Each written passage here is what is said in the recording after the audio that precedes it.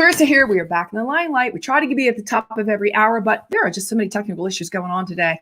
I don't know exactly what's happening. But anyway, you are back in the limelight. I do want to remind you that you are going to be able to listen to these podcasts on Apple Podcasts, Google Podcasts, Amazon Music, iHeartRadio, Stitcher, Spotify, Pandora, and Podbean. Apart from the live that you're seeing now, we are going to be over on Roku, Apple TV, Amazon Fire TV, Google Play, Dailymotion, and another 100 smart TV app. Exciting stuff there. Probably the last time you'll be seeing this now. This is the In the Limelight with Clarissa magazine. It is intelligent media for the savvy entrepreneur. We did have Mr. Orazio Pagani from Italy on the cover. He is a supercar and a hypercar maker out of Italy. And we're going to be having Lady Carnarvon on our next cover. Very exciting. She is the lady and the lord that she's married to own Highclere Castle, which is the Downton Abbey castle. So if you are a Downton Abbey fan, you're going to love the article about her.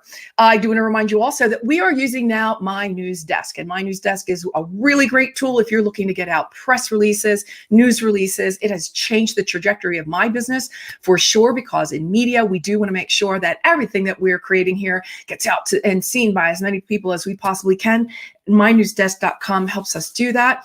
You can monitor billions, yes, with a B, billions of sources there. And you have access also to hundreds of thousands of journalists all over the world. Press Reader is something we're very excited about. So pressreader.com. We are now with our March drop of the magazine. We are going to be on Press Reader. And that means that you're going to be able to see In the Limelight with Clarissa. You'll be able to see that now on that platform with all of, or many of the other publishing or publishers, legacy brands all over the world. So we're very excited about all of the growth that's happening here in the Limelight. But not as excited as I am about our next guest, because you all know that I grew up also in the beauty industry and had a lot of fun with that. My years in Italy, 30 of them to be exact, were mostly either as a model or working on television in some way, shape, or form. And so I'm always very current. I try to keep as current as I possibly can to what the trends are in the beauty industry. I've been to all the, the beauty trade shows. For me, were like going to Disney. So I'm going to bring her on right now. Her name is Nadine Artemis. Hello, Nadine. Hi. So happy to have you here. Here's her book, everybody. It's called Renegade Beauty. And you're going to want to know about this book because it's going to bring, she's going to tell us about it, but it's Reveal and Revive Your Natural Radiance. And she is a huge believer in natural as possible beauty. She's also the founder of Living Libations. We're going to get into all of that. Welcome again to the show. And let's start at the beginning. This is where I love to play. I love this sandbox.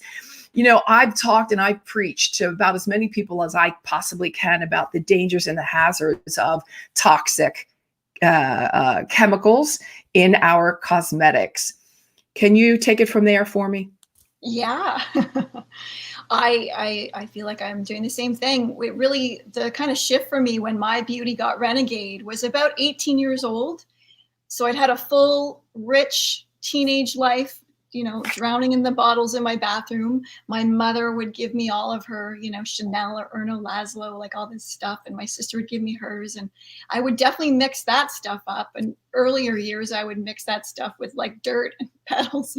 So I had this inclination to brew, and in my teenagehood, I definitely thought discovering like things from the Body Shop was a little bit more natural. But I'm 18, I'm at university, skipping school.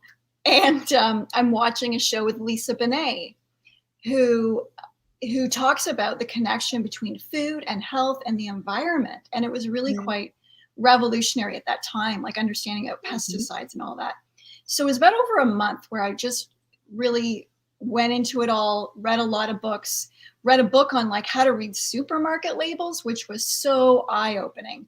So it was really over that little month period where I was like, okay, fully dedicated now to organic food and not eating processed food again, and really starting to like cook my own and making like cashew milk and all that. So the food really went there. And then I was like, what am I putting on my body? With the knowledge of reading the supermarket stuff, I was really able to start understanding like what was on all these labels. And the fuzzy peach bath oil had never been impeached. There was no cucumber in the face. So I realized it was just this promised land of petroleum ingredients, Right. maybe with like a lavender label. And so from that moment forward, I just also in my kitchen started brewing now in earnest instead of just concocting all these other things, lip balm, perfume, creams, lotions as I was a student.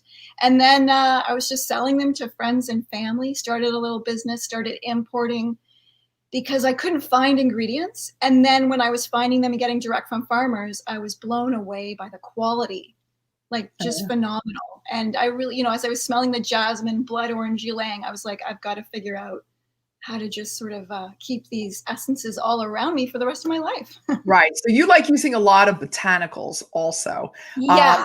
Walk us down that path a minute. Which are the ones that, I don't know, the top 3 or 4 that you suggest?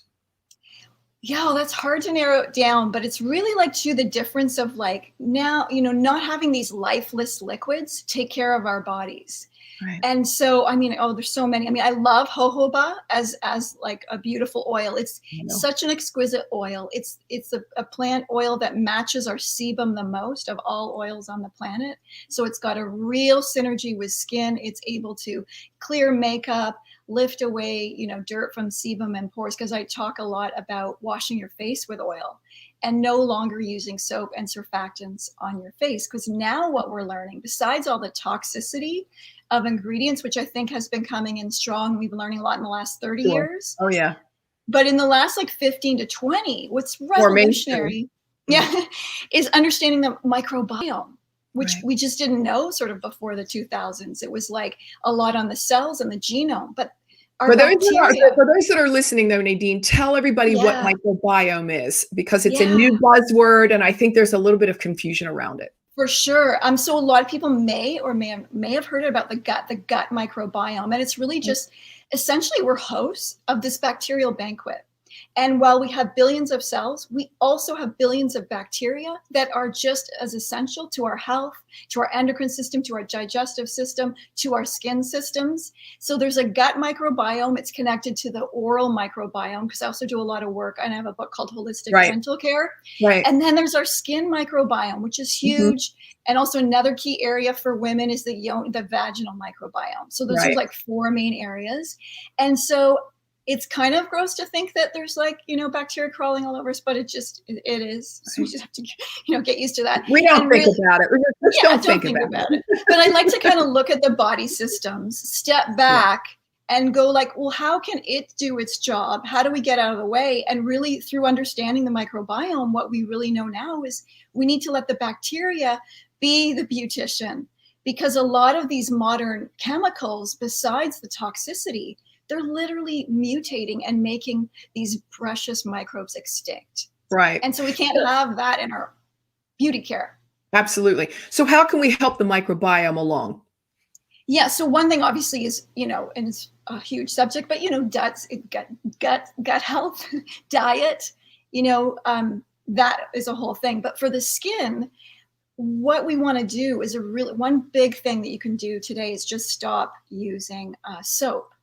So of course, at Living Libations, we make beautiful best skin evers, but I always like to give, like, you can do this today on any budget and, not be dependent on me. And you can use just organic jojoba or organic olive oil, or you could take coconut oil and mix it in with one of the other 2. And if you did that for the rest of your life to wash your face and moisturize, you would be better off than any drugstore cosmetic or any like $200 bottle of eye cream. Yeah. And certainly, we've heard about probiotics a lot. Now we're starting to hear about prebiotics. Can you tell us what the difference is? Yeah. So probiotics, and it's really good. You want to think of having like a really diverse supply. So when you're thinking about a probiotic, you want to look for something that's like, over billions of CFUs, which are colony forming units. Oh, I didn't know that. Yeah. So it's like hot, and also look for a lot of diversity. So you got some bifidum, some lactobacillus, just a whole variety. Maybe look for like 10 to 20 different species. Right. Then prebiotics are what the probiotics eat. So also on an economic level, if you're ingesting more prebiotics, you're needing less probiotics. And that's easy to get in things like smoothies and stuff. It's like, chicory root, different fibers like prebiotic blends. They're kind of like these starches as well. And so that's how you can activate your probiotics even further. Absolutely. What are the 3 scientific strategies to save our skin and reveal our best skin ever? Well, I like to think of it as stop, seal, and seed. So we're going to stop using like soap and harsh surfactants that now we know through microscopic study that they leave these sort of microscopic splinters in the skin that build up day after day over time because they don't rinse away when washing.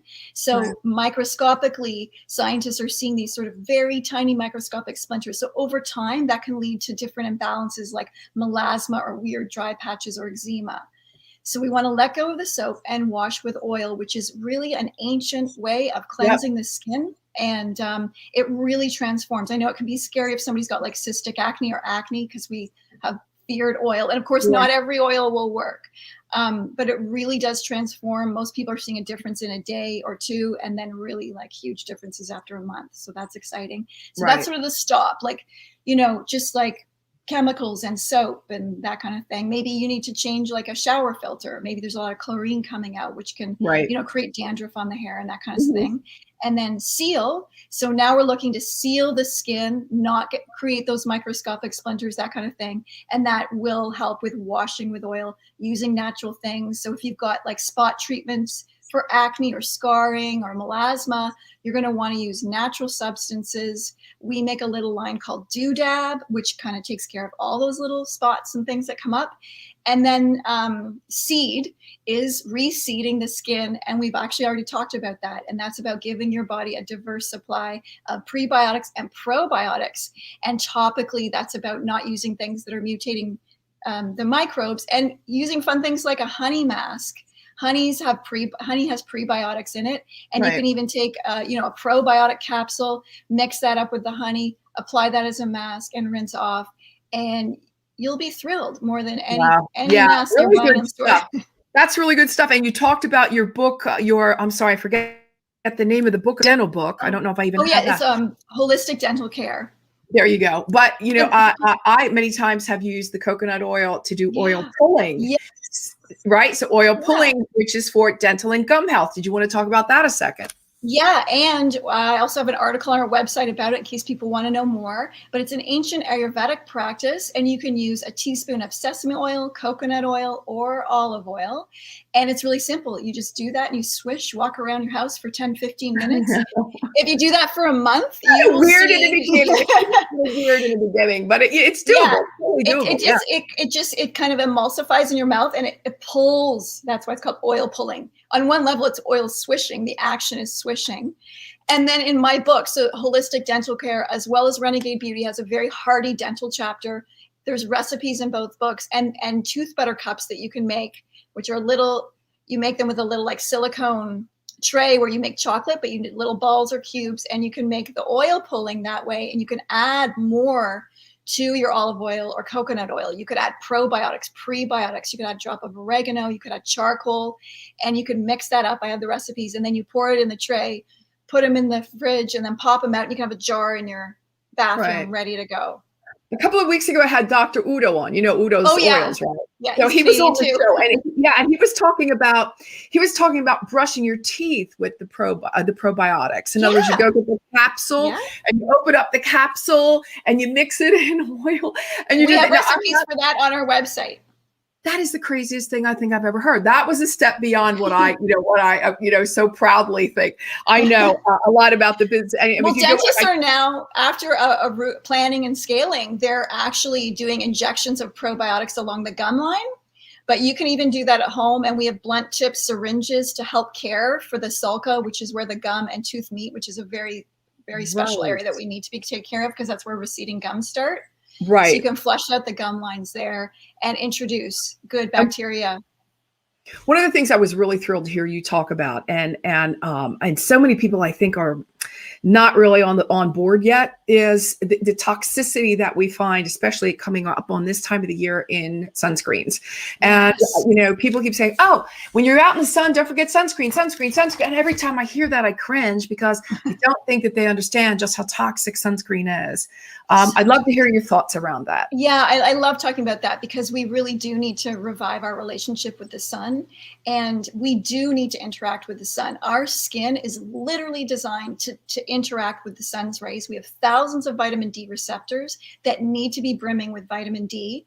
And when our skin and sun meet, it's a different form of vitamin D than a capsule. We're happy to have the capsules, especially right now because of winter. Sure. But actually today in Canada is in my 45th parallels, the first day we actually get vitamin D again since November. Wow. So yeah, it's coming back.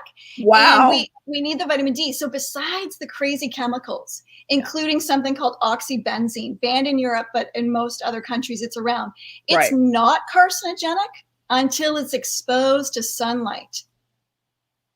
And it's one of the main active ingredients in many sunscreens. So there's that going on. And besides the endocrine disruption and the buildup of the things in our liver and all that, one of the hugest issues with sunscreen is that it divides the UVA and the UVB rays from each other. So we get those separated now. We don't get UVB, which generates all the vitamin D, and all we get is UVA, which on its own is skin damaging. Right. In my book, I have a chapter on sun care. I do look at a lot of medical studies, especially one from the Cochrane Review, which collates medical studies around that. And to be very general, and because we're talking right now, wearing sunscreen leads to more moles, more freckles, and more skin damage. Yeah. Yeah. So what is one to do? Yes, that's a good question. So now Also, besides in the book, we do have articles on interacting wisely with the sun on the website, because it's a lot when we have to undo a lot of programming from the past 50 years. So what do? We start slowly but surely, and we start in the spring. Like I'm starting today. I already did. I was out there this morning. Yeah, and of course I've got 2 feet of snow outside, but I just do a wind protected area and it starts. So that really builds up your melanin, and you got to know who you are. Like, have you not been in the sun for 10 years? Are you a redhead? Or have you been getting your doses and you've got a beautiful Greek skin or something? So it's all, you got to know that at least. And then you just start exposing as much skin as you can without the neighbors becoming concerned. And if you're worried about your skin and you're not fully absorbing, feeling that you're still afraid that there'll be wrinkles and stuff, then protect your face with a hat or whatever, and just expose as much as you can. And remember, there's the sides, there's the back, so there's a lot of real estate to cover. And then you just, depending on your body type, it's about 20 minutes a side. And you can also get an app called D-Minder, and it will put in your geographical location as well as the weather that day. And it will literally, that's how I know there's vitamin D today where I live. And it's just come back. So that way you'll know, okay, I need 20 minutes to get like a certain amount of vitamin D. And vitamin D is super important right now, right? It's the one study that I think we're all agreeing on is helping with the virus. Here's another question that I think a lot of people would like to know, especially women, the correlation, if any, between deodorant and breast cancer. Yes, actually, and speaking about breast cancer, having vitamin D sufficient in your body reduces your chance of your risk of breast cancer by 50%. Right. So it's huge. And there's about 3,000 other studies that show how vitamin D helps prevent a number of diseases. So yes, aluminum and deodorants. And I would also add like parabens that are in pretty much every cosmetic. And when diseased breast tissue was studied, 99% of all diseased breast tissue had parabens. And parabens is only something, to be effective in a product, it's only used at 0.01%. So you can see how every drop matters of what you're putting on in and around your skin. When I formulate, I'm just into every drop being like a winner.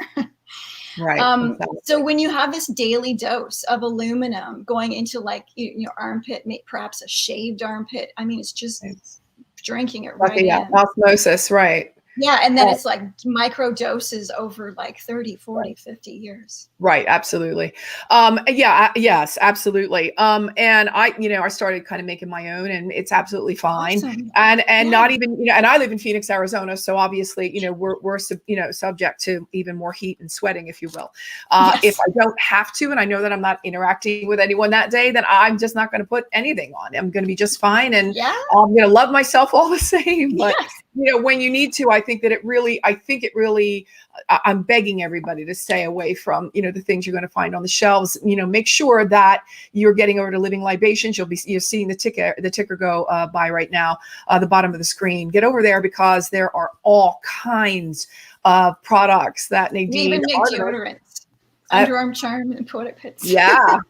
Here it is, everybody. It's Renegade Beauty. I want you to get this book. And I'll tell you, my favorite page starts on 284, where I can go into the kitchen and start making a whole bunch of these really, really great products for myself. I've already started doing that, Nadine, and I love it. I have so much fun. I even make my own lipsticks now. So right on. I'm having a lot of fun doing that. And it's the materials are really kind of easy to find now.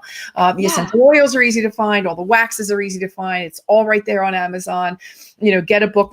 Get a book like Nadine's. Go to page 283, and you too can start making some really healthy. It's useless that we're buying our food in the organic aisle when we're not taking care about the shampoos, the conditioners, the creams, the body creams, and all the other things that are hitting our bloodstream and our bodies by osmosis, as we said. Nadine, I can't thank you enough for being on. I was really thrilled to know that you were going to be here, because we're talking shop, Nadine. We're talking shop.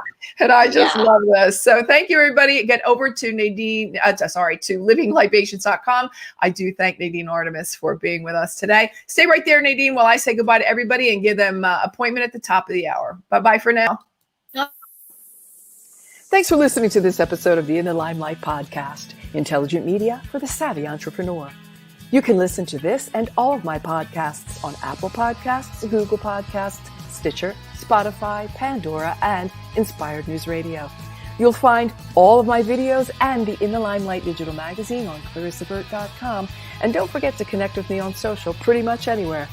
Stay well until we meet again. In the Limelight.